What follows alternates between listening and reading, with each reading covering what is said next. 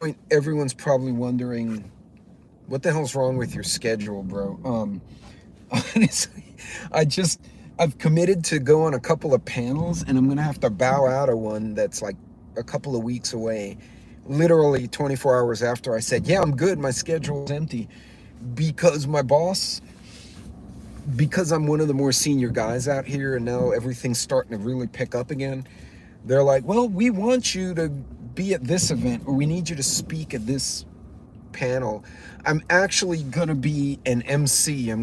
I've been asked to moderate and MC a convention out here in Texas, which will be fucking cool. But I got to do the suit and tie thing, so I might do a quick live stream that morning while I'm actually wearing a suit, so you guys can see I do dress up every now and then. I don't always look like a moof, but whatever the hell a moof is, I don't know what a moof is, but I've been called that by friends before when I look raunchy or kind of hungover. Hey, Cold War, how are you, sir? Uh, so, folks, there's a lot of. So, we're finally getting rain in West Texas, which is nice. And it got really cold. Like, not 72 hours ago, it was 101. And today it's like 63 and raining. Like, I never. Hey, Johnny Preps. I never appreciated the value of having good vests until I moved to this part of Texas. It's not like Houston where it's always kind of muggy and humid. Even when it's cold, it's muggy and humid. Joe Morgan, what's going on? Moonsprout, hello, hello. Um, yeah, it's just been it's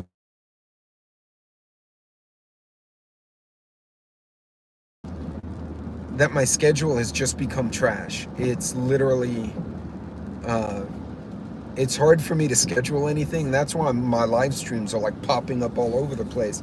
I know the algorithm likes when we're consistent, right? We're like, it goes, hold on, it won't let me see my whole chat now. That sucks. Stupid YouTube. YouTube's like, you will see nothing.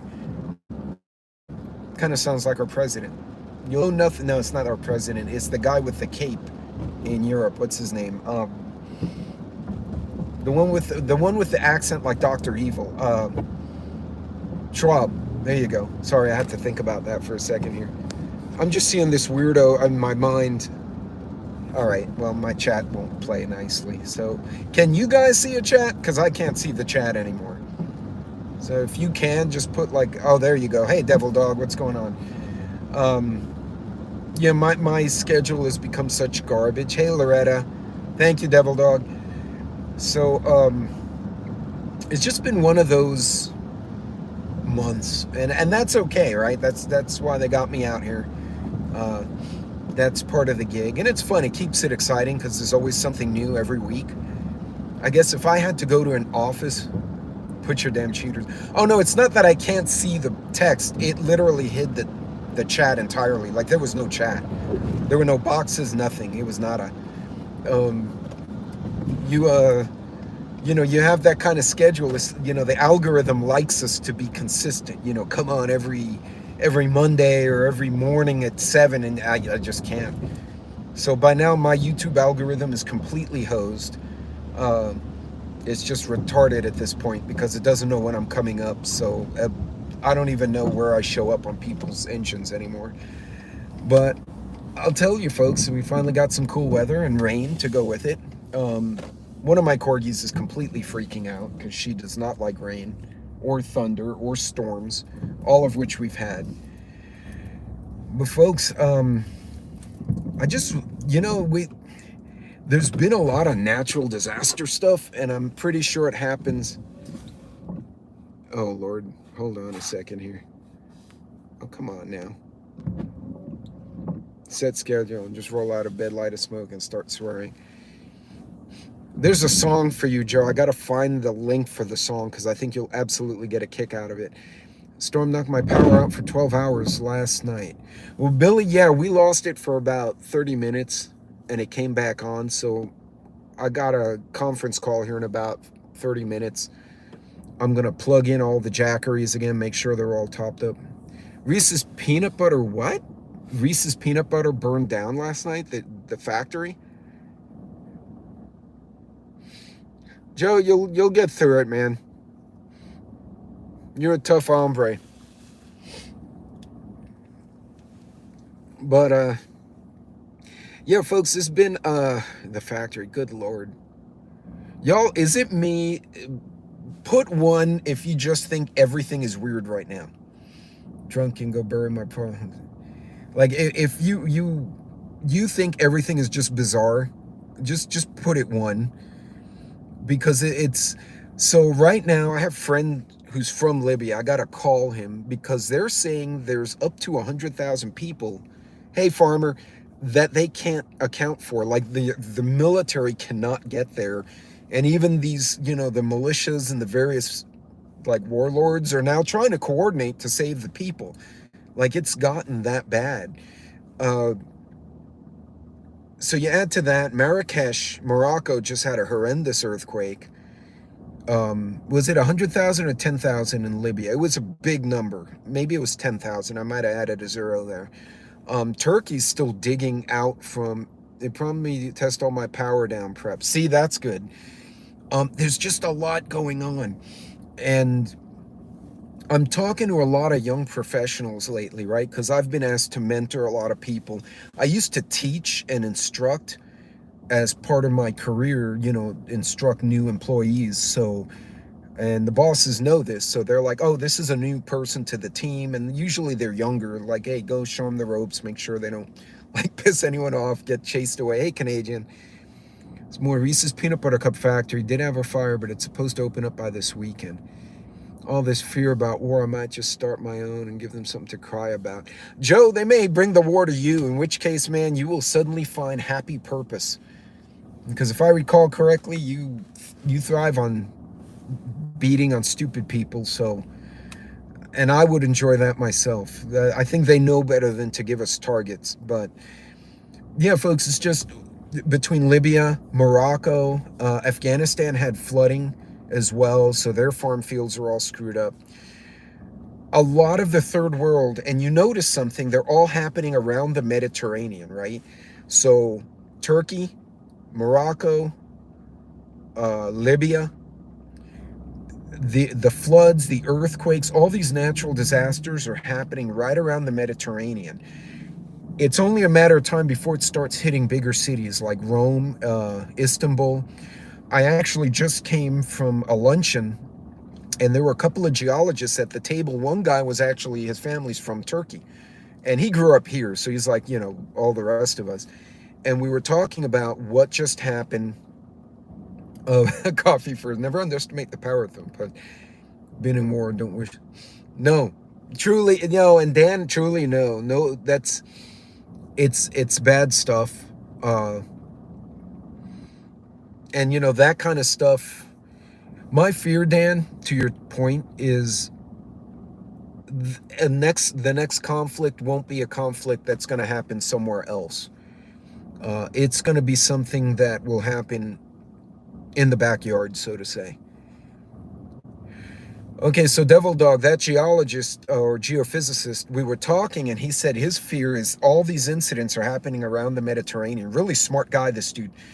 And he said, look at where Istanbul is, and then look at where Rome is, and then look at where the big Greek cities are, Athens, Syracuse, those, they're all on these fault lines that intersect. And hey, Wolf, and he said you're having a lot of seismic activity along the southern part of the fault. Closing a house in the country. Doggone it. It won't let me scroll the chat. Damn you, YouTube. YouTube's the devil today, y'all. It doesn't want to let me play nicely. Okay, so anyway, wait, let's see. That helped nothing. Oh, I'm back. That's good. Yeah, it won't let me do anything. Okay. Hey, Nanya, I know you're in there somewhere. So he said so I'm going to do it backwards because it kind of messes with me. So if you look at the Mediterranean, you have Israel here from your perspective, right? No, that's backwards. Israel would be here if you're looking. Italy would be on the top. Africa would be on the bottom, right? So from your perspective, I'm trying to do this backwards in my head. So he said, you have Turkey's up here. So you have Istanbul, Libya, Morocco, all these floods are occurring along the southern part of the Mediterranean. And his explanation actually got me concerned, because he said there's fault lines, and I forgot the name of the fault line, the Andalusian fault line. There's three faults that intersect by Istanbul, and he said the buildings there are not. He said it's not earthquake buildings like LA, where LA buildings could handle a couple of earthquakes before they come tumbling down. It would give people time to flee. Well, true, Joe, but he's concerned all the geological movement. He said at some point it's going to be like the San Andreas Fault, but in the Mediterranean. And he's worried at some point, and this is just a naturally occurring phenomenon, those fault lines are going to shift. And he said it's going to flatten 3 or 4 cities all at once around the Med. And he said, you think they have immigration problems and food problems now? Hey, CM, welcome. He said, wait till that happens. And we were talking about, it was a weird conversation because we had an engineer, a geologist, a businessman. It was a weird mix of people, and we're all talking, and it basically become, now who's singing phenomenon? It was an interesting, almost like a sum of all fears conversation, where we're like, what could happen? And he said, if that happens, he said the stock market's going to drop. And I'm like, oh, that's interesting. Because you think about it, you have massive freakouts and everything. It is. They are throwing the kitchen sink at us. But these are naturally occurring things. And they've always happened through history. And his big thing was, hey, Pilgrim, his big thing was, they know it happens. They know there are earthquakes. It's like, you live in Louisiana, you should know there hurricanes happen. So you either prepare for them or your house gets destroyed. I mean, it's just simple. You tell people, hey, hurricanes happen here. And they go, oh, okay. And then, they prepare their house or board it up or whatever. He said they're not doing that in large parts of the world because the politicians don't care. They want to make money. They want to make the people happy so they can get reelected. And he said, it happens everywhere. He said, it's so frustrating. He said, the one blessing here being an American, because his family moved here, he's like, is at least we call them out here for the most part, right? There's always somebody cursing at the politicians, regardless of what side you're on. And he said it kind of they have to watch what they're doing because they get too blatant and they'll get whacked down by somebody. He said overseas, they don't care. And Cold War Prepper's going to love this. So will Devil Dog and Dan H. There's now a report out, and I have to confirm it, so you guys do your own homework, that they're finding manpads, which are anti-aircraft, shoulder-fired anti-aircraft weapons, that we sent to Europe, to a certain country, have shown up in Mexico. And that artillery that we have sent to Europe has shown up in Africa. I can't confirm the source. It was kind of a fringy news source, so I'm trying to see if I can find it from something a little more mainstream. You guys know my style. Like, one point is just a point of reference, but if you get 2 or 3, you can kind of identify a trend. So, okay, Dan has heard of it. So, what are we doing there? Like, we're depleting our reserves by trying to help this country who is then selling their shit on the black market. I mean, exactly what I said would happen. Yeah, something like that, Joe. And Joe, we were talking about like how, well, I think we were chatting on another live about how all our M16s, all our operator kit is now being used by the Taliban, who now are trying to control ISIS, which is kind of comical. And Stephen, that sounds like a bad problem, man. Wow. God, that's funny, dude. It's not funny, but it's funny. Sorry, I'm not meaning to laugh at you, but that's a hell of a way to discover something. Shit. But anyway, yeah, so apparently all weapons are showing up with the cartels, which is awesome, right? It almost seems like they use some, sell some, stockpile some, and we lose our supply here. Right. And they're probably making a pile of money high winning streak. They're just making a pile of money. Some captain or colonel or some other jackass is making a bunch of money from gear that we're sending there for them to fight whoever, and they're selling it off on the side and pocketing the cash so they can go hide in Cancun or go to Thailand. High winning streak. It just blows my mind, y'all. It absolutely floors me that, you know, we're sitting here sending this stuff, and yet we're dealing with, damn bag of apples is $9 for some folks. Gas is going up. Had you noticed that? You guys, if your gas is going up, put what you saw last as your price in the chat, because I'm really curious, because we're almost 350, 340 now. I'm looking at a Texaco here, and that happened like that.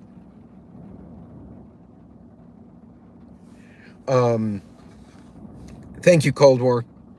I couldn't see the message. Like I said, my chat's locked up here. 389. Ouch. Yeah, we're 339. Oh, 450 up by Joe. 380 in Pennsylvania. Oh, I'm sorry, Plymouth. 5 in Hawaii. Yuck. 4 in Iowa. Ours went 40 cents in one day. 407. Hey, Lucky. Hey, Mimi. Thank you.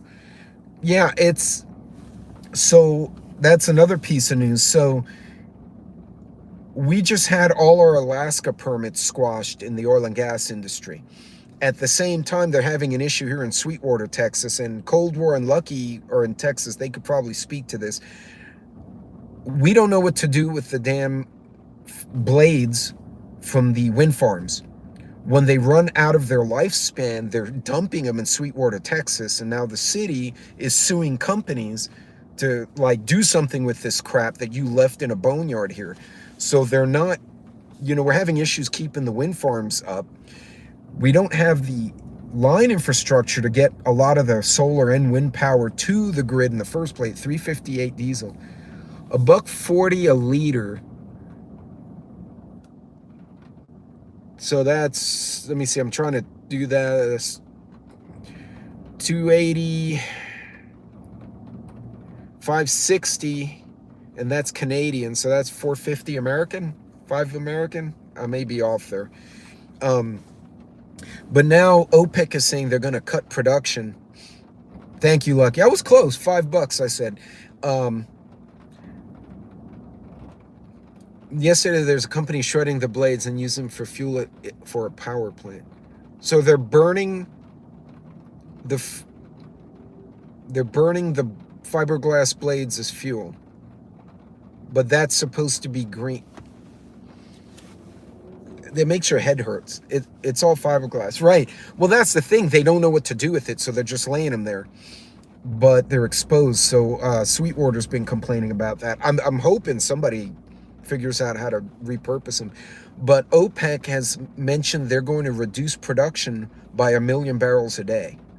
So you have now permits are getting squashed in Alaska. Permits are getting reduced in New Mexico. And OPEC's cutting production. That's going to make our gas, diesel, methane, propane, butane all go up. And when that stuff goes up, we saw it already last year. You get the fuel prices spike and it goes through the whole economy again. And that's going to be an additional inflation penalty. Think about it. We're dealing with inflation now, and up until this last week, we were about $2.30 a gallon, $2.50, depending where you were, maybe $2.80. It kind of was fluctuating below $3. Now it's cleared $3 and it's headed to $4 in a lot of places. That's going to translate down the market. And winter of heating oil and kerosene over $6. Book possible, absolutely possible, and it's hard to say. And these are the kind of things, you have this information and you kind of know. Hey, Jess. Veteran works in Costco, Colorado, told my aunt to keep her tank half. Here's word about them getting their fuel loads delivered on time. Yeah. So Sassy works for a fuel trucking company, and their problem is they can get the fuel from the refineries, having drivers. Nobody wants to do it. And so that's an additional problem, is people don't want to work the way they used to. They want to stay at home, but you can only do so many jobs sitting at the house. There's certain jobs you have to go do something somewhere else. And so you're seeing a lot of issues across the supply chain, and if they start increasing prices, that's going to hurt. But understand, all these weird disasters that are happening around the Mediterranean are also going to affect oil. Libya's a producer. Pipelines go through Turkey. There's going to be a lot of fuel issues. Driving fuel also requires additional sort of license. No, Lucky, you're absolutely right. You have to have a fuel and hazmat endorsement. And if you're driving natural gas, like CNG, you have to have a special cert just for that. So, hey, Ark, I saw Ark jumped in here. Folks, by the way, I can't scroll my chat for some reason. YouTube just got pissed at me today. So if I don't reply to you, it's because literally it went by so fast I missed it. But folks, watching what's happening, especially on the eve of 9/11, right? Because we just celebrated that 22nd anniversary. These are good lessons for us to sit and think, what would I do if I had a flood? What would I do if I had a black swan event like 9/11, right? Something, the gremlins got Pete, they did, little chupacabras. What I need is have the corgis just chase the little gremlins around and bite them. They'll go, hey, Macabus, what's going on? I know, Wolf, 22 years went by fast. And, you have all these subtle pressures on the market. I had lunch with several young engineers and business people that I've either mentored or worked with. And I'm talking, when I say young, they're like 23 to 30 years old. They're much younger than I am. And I'm asking them, are you going to buy that first house? Are you going to get that new car? All of them are on a defensive mode. They're like, maybe.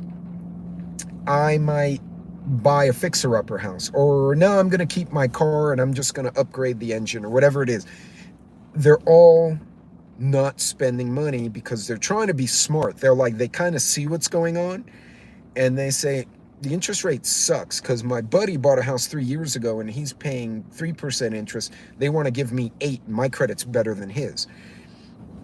So these are good lessons for all of us to kind of watch. Milk processing plants are having a hard time getting delivery drivers. Well, winning streak, that's the problem. They've made it so that, and I feel really bad for the young couples, the young families, the young people in general who are coming out and they're like, I want to buy that first house, right? I got money, and then the interest rates are killing them, or they want to upgrade the car.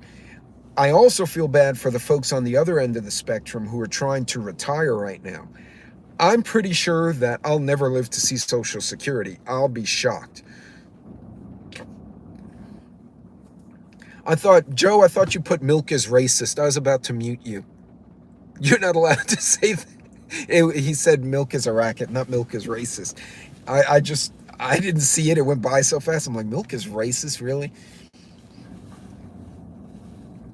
I'll work till I die. Yeah, well, I just decided I'm going to consult as I get older. I don't know. I actually like what I'm doing.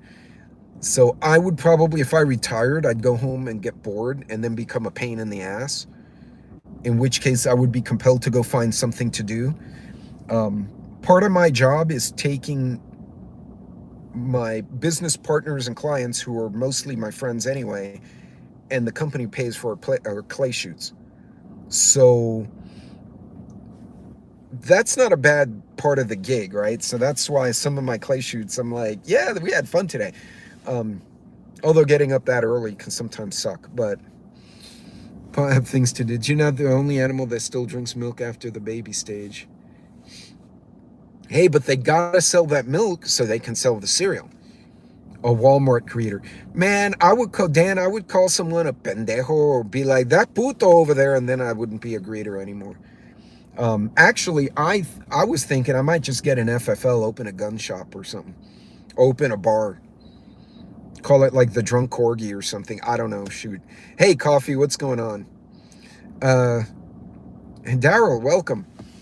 So folks, you see all this stuff, right? And Joe and a few of you guys were joking earlier. It's like, yeah, there's oh, absolutely, Jess, 100%. Um, a lot of people are seeing this and they're freaking out. And yeah, just have the little corgi, like the cartoon corgis the Japanese make, the little anime corgis, but have them all like tanked out with their little twirly eyes holding bottles. It would be hilarious. Um, that's now I'm just thinking of that. That's kind of funny. All these things, a lot of people are freaking out. They're like, you know, sell your bank accounts now, or sell your car, or buy this or do that. Don't do that. Don't listen to that. Think about it. What's the best position you can put yourself in? Pendejos, corgis, booze, and guns. I tell you some stories about being a bartender in San Angelo. I was a bartender in Queens for cops for a while. That was interesting. Well, who do you call when they're being assholes? You know what you do? You get to know the sergeants, and then you're like, dude, I'm gonna call your lieutenant. Okay, don't pinch my waitress. And then they're like, they don't want the lieutenant to come because he'll be pissed, right? So they'll stop. So if once you know the language for your whoever your clientele is, it helps a lot. But store costs too much. So Jess, part of the reason I do a lot of product reviews, and I'll always, you've seen my videos, I'm sure enough, you'll always hear me say, hey, make sure this fits your budget, it fits your need, it makes sense for you, is so that if I try stuff and it sucks, and I tell, especially because I don't affiliate with a lot of these products. There are some I do affiliate, a lot of them I don't. It's just like, hey, look, I tried this and it sucks. Or I tried this and it's okay and it's $50 cheaper than this. Actually, Joe won a Rebo tactical bag, which I will put against most tactical bags out there, and they're half the price. And I think Joe still has it. I still held my computer bag back here somewhere. I've had it for 8 years now. And I mean, $40, you know? And I've taken it on airplanes. Hey, Dan Phillips. I've taken it on airplanes, hikes. I took it during Hurricane Harvey, you know? You spend half the money. I might pay a little extra for Made in America and support local if I can. Yeah. And Winning Streak, that's why I do my small business shout outs, right? If you can source locally, right? Like the honey, I don't know if you guys saw this morning, I did a shout out to St. Abigail's Honey, and they're out here in Central Texas, right? You start shortening that supply chain. Yeah, I pay a few bucks more here locally, but you know, when that imported X, Y, or Z comes in and they're double the price because of whatever inflation, I know I can still get it here, and I'm helping feed my neighbor because they're making income for their families, and I'm getting the products I need, right? And also you're networking, right? Now I know a homesteader who's also a farmer and a beekeeper. That's good stuff. Yeah, Moonsprout, 100%. Oh, and the colors for those two types of honey was just really cool. I really need to just take a picture and post it on my community page because they were totally different hues of honey, like very different. Hey, Caribbean House, welcome. Good to see you. So folks, when you see all these things, prefer US made. However, they reject US products that have a union made sticker on them, or products that are just substandard because they're like, oh, we're US made and we can take shortcuts. Hey, you know what? If you can save money, you save money. But if you can source locally, that's not a bad thing either. So, but folks, when you see these things, right? The Libya incident, Morocco, you know, Turkey, the earthquakes, the flooding in Libya is bad. Like I said, it was what, 10,000 people? They just right now can't account for. Apparently what happened, the rains came and during the night, a dam failed. And by the time the authorities saw it fail, like apparently the engineers and but their infrastructure is so ancient, by the time they were able to turn on alarms and sirens and, you know, the helicopters went out with searchlights, The water had already gone through multiple towns. So people are in bed and their windows are breaking in with water. I mean, yeah, they probably have a humanitarian fiasco there. And what's going to happen is those survivors are going to leave. They're not going to stay there. They're going to flee somewhere else. So Europe's going to get a whole bunch of desperate people coming in. And with these poor survivors are going to come bad actors, right? They mix in. That kind of stuff is going to put pressure on economies, is going to put pressure on other things. And this is good stuff to understand because it can inform you, okay, maybe that trip to Europe or trip to Casablanca, not a thing I want to do, right? Or I'm a tradesman. There you go. If you know we're going to see gas prices going up in Q4, which I mentioned months ago, right? I'm like expecting it. I just didn't expect OPEC to throw their coin in the hat and reduce production at the end of the year. So I was expecting it to go up and then flatten out, and they're cutting production, so that's going to make the prices spike. So understanding how those things play into each other, you can start planning now for something months from now without panic, right? Without being the person who puts a tarp in the bed of their truck and fills it with unleaded. And yes, I saw that. I saw it on video and I saw it in person. And I was waiting for the car to catch fire. And then I realized I was in the same gas station as stupid. And I'm not, but I know a really good one here. Well, and winning streak again, if you go local, you network local, you start outside of a mag. Hey, my mother Spark, you make your own local community. Okay.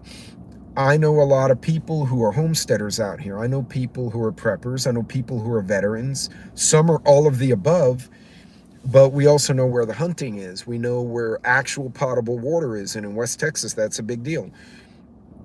So between groups of us, so we had, in our subdivision, we had teenagers were going car to car trying to open cars in the middle of the night. And one of the neighbors happened to be up late because they couldn't sleep. They're watching TV or something. And their camera notification said there's a person in your driveway. So she turns on the camera and she sees people looking in. She calls the husband. They call the cops. But the idiots had left by then. But she notified the neighborhood. Well, now the neighborhood has been on patrol. There's some guys who work night shift and they come in at 2 a.m. They people on different schedules. They're coming in. Yeah, VFW. Yeah, you definitely can solve problems. And so now the neighbors have been alternating depending on who's coming from work. There are different people are hopping on Facebook and saying, hey, I'm going to drive the neighborhood. Is anyone else awake? And then someone else is like, yeah, I'm having coffee in my front yard. This was like 2 a.m. He had just come from work. He was wide awake, right? He couldn't sleep. He's like, I didn't want to wake the wife up. I made coffee. I'm sitting outside kind of taking in the fresh air. So the guy's like, oh, I'm going to come by and say hi to you. And so now 2 of them are in one car patrolling the neighborhood, making sure nobody's checking doors, breaking into windows of vehicles. That kind of very loosely organized neighborhood kind of community can very quickly become an emergency community if everyone's thinking the same way. So build those relationships now, right? That's going to be invaluable. You can't put a price tag on knowing people who can do certain things. And I think you're talking about it in the chat right now. But when you hear the wars and rumors of wars and disasters and rumors of disasters, take a lesson from them. What are your specific threats or dangers in your area? Are you hurricane prone? Are you earthquake prone, flood prone? Do you have, coyotes running and eating chickens? Whatever it is, understand what your problem matrix could be. And it really helps inform where you put your time and where you put your money, both of which are very valuable. Otherwise, you're just kind of spinning your wheels. You're like, UFOs, and you freak out. And then, COVID, go get toilet paper, and you freak out again. And you're in a freak out mode. I'm bougie. That's fine. That worked. I'm idiot prone. I'll tell you what. The amount of stupid There's some people, they should not be alive, and not that I wish them death. I'm shocked that they're not dead, like they have not killed themselves in their own stupidity. Yes, skills, definitely. Bougie by bourgeois. And every now and then, if you talk to them, you're gonna find one that was a blue collar kid at one point, and they're like, "Yeah, I like you. You are acceptable. I may not like those people in the skinny jeans, but I like you." And you'll find somebody you can get along with. Um, I actually stopped talking to a lot of my people I went to college with because I just realized they exist in this suburban utopia. It makes you wonder how the heck they got hired and managed to keep the job. Lucky, there are some that have a job, and I'm like, how did you not get killed at the work site? It absolutely blows my mind. Billy, that's absolutely true. And they're not understanding how serious things can be. Um, just one lucky you have a bucket full. There's so many, yeah, there's so many people. I just wonder like what their story is. Um, I see the way they drive or they're on work sites, and I'm like, dude, what the hell, really? Well, Wolf, absolutely. And I'm not talking about somebody has an accident. Things happen, right? You could have an otherwise really good performing dude or girl, and something breaks and falls on them, right? You can only predict so many things the best you can. But there's some that consistently do dumb shit. And you're like, bro, get out from under that. Like, you're going to die. And then they get angry. Did you ever notice that? Some of these same people get upset. Yeah, Dan, exactly. They get upset because you corrected them. And I'm like, the department made my brain hurt, drop my IQ. There's some people like that. Oh God, the boss's kid. Yeah, no, that's awful. Hey, but you know what? As my wife would put it, that's not my circus, not my monkey. As long as they win their Darwin Award away from me and my family, prayers for you, bud. Bless your heart, but I don't need you near me. But anyway, aside from all those stupid people, don't be those people. Don't be the Darwin Award people. We know there's going to be an inflationary period. We know there's going to be all sorts of weird shit into the end of the year. Now's the time to just kind of sit down and say, what do I need to do? Do I need food? Do I need batteries? And I've said this before, pick up prep. Hey, Sister Marie, pick up prep. Whatever your aspect is, you're like, I'm going to do canned foods this weekend, right? Go through all your damn canned foods. Go all over the house, wherever the hell you have them stashed, inventory. Anything expired, the can's defective, whatever, gone, donate, whatever, use it. Anything that is good, put it in the right order. So oldest gets used first. Remember, first in, last out. No, first in, first out, sorry. And just make sure your inventory is right, and then leave it alone. Go about the rest of life. We have other things to take care of. You find another hour or two free, say, I'm going to check dry goods, check your pastas, your rice, your Mylar bag stuff. Do it a piece at a time, but just do it consistently. It's like going to the gym. If you're consistent, you're going to see the results. It just takes a little while to see them. Hey, what's up, Sweet Thumb? But if you're, nobody wants to admit it, but water is the weakest prep for most of us. And Carpenter, it is. And what concerns me out here is that there are very limited natural water sources. When I lived in Louisiana, there was water down the street in the bayou. You had to kill the gator, which was now, dinner for that night, because there were plenty of Cajuns who knew how to deal with that. But having that water available. So now we have to factor in storing more water than we normally do. Now it's only two of us. That's a good thing, because that changes my economics and my equation. But Moonsprout, that's good too. Unsexy prep. Well, nobody thinks of it because we turn the little thing and water comes out and they go, yay. So whoa, the chat went by real quick. Making freezer meals. Yeah, Mimi, exactly. Get ahead of the expenses, get ahead on sexy prep, get ahead of the inflationary effect. Eat tomorrow on yesterday's pricing, assuming the pricing's going up, right? Um, get the stuff, break it apart, put it in manageable amounts, and store it that way so that when you open, like I have friends who do the 5 gallon bucket with a big 5 gallon mylar of rice. Well, that's great, right? You got 5 gallons of rice. But once you have to break into it, you now have to consume that 5 gallons of rice before bugs get into it, rats get into it, because now they're going to smell it, right? They get into the bucket, they get into the bag. Whereas if you have smaller bags, you open one bag, you clip it, you put it away. If the bag gets compromised, the bag gets a bug in it, whatever, you didn't lose all 5 gallons. You lost a gallon or a half gallon. So when you're prepping and storing your food, especially the dry goods, factor that in, spreading out the goods into serving sizes or meal sizes. And made fun of me for stocking up on food. Just see, that's exactly right. That's exactly, they make fun of you. Now imagine those same people if something happened tomorrow, hypothetically, and the power went out and all the grocery store food went and got spoiled, as happens during hurricanes all the time. You know how they're going to act. Please put pregnancy tests in your preps. Okay, that's actually, no, that's completely a valid PSA right there.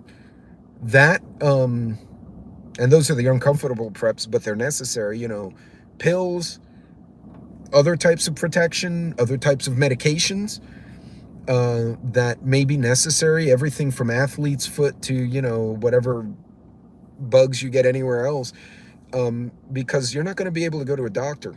UTI test, that's another good one, Lucky. Oh man, because that would be awful. Freeze your rice for 72 hours before storing it. Unless you pull a vacuum on it, because that'll kill everything.